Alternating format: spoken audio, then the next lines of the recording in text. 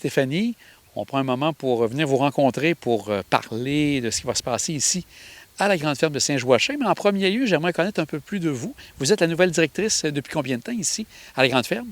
Oui, ça fait 3 mois que je suis arrivée ici à la Grande Ferme. Je suis vraiment contente de vous recevoir aujourd'hui pour vous montrer notre site qui est vraiment merveilleux à ce temps-ci de l'année. Et j'aimerais savoir aussi de votre côté, au niveau muséal, histoire, est-ce que vous avez un beau bagage avant d'arriver ici? Oui, moi je viens vraiment du milieu des musées.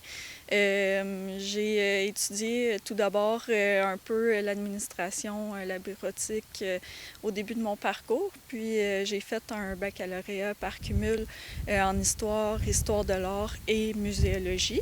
Maintenant je suis à la fin de mon parcours pour la maîtrise en histoire. Donc, un lieu rempli d'histoire ici, vous devez être vraiment contente de travailler ici?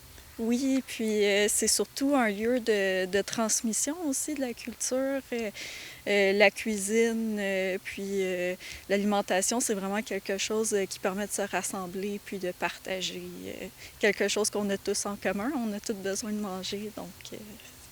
Et maintenant, si on regarde pour l'été 2025, quels sont les éléments à retenir pour la prochaine été? Pour l'été 2025, la grosse activité qu'on voudrait vraiment mettre de l'avant, c'est une activité archéologique. Donc, on va avoir des simulations de fouilles les samedis du mois d'août pour le mois de l'archéologie. Donc, visite guidée de notre magnifique vestige de la première église de Saint-Joachim. Les enfants vont être invités à faire des fouilles à leur tour. Au côté des nouveautés, est-ce que vous avez des éléments que vous souhaitez faire cet été? Oui, on souhaite aussi faire des spaghetti musique. Donc, ça va être des journées de quiz musical sur environ 150 ans de musique au Québec. Ça va être une façon de s'amuser et d'apprendre en même temps. J'ai cru comprendre aussi que vous souhaitez peut-être relancer les meurtres et mystères. Est-ce que c'est quelque chose que vous avez en tête déjà pour cette année? Oui, pour cette année, on va relancer le meurtre et mystère comme on l'avait fait en 2023. Donc ça va être vers octobre pour l'Halloween. Puis on va aussi en préparer un à connotation un peu plus historique, vraiment sur une affaire qui a eu lieu à Saint-Joachim au 17e siècle. Vraiment, celui-ci va mettre de l'avant tout le système judiciaire de l'époque, les enquêtes criminelles et tout ça. Puis ça va être très local et très historique. Les gens qui souhaitent venir ici, est-ce qu'ils ont à réserver le particulier, les groupes? Comment ça fonctionne pour tout ce qui touche la réservation?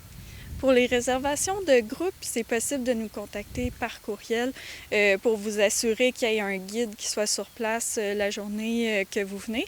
Puis sinon, si vous venez marcher, vous avez envie de visiter en même temps, on est toujours disponible pour vous.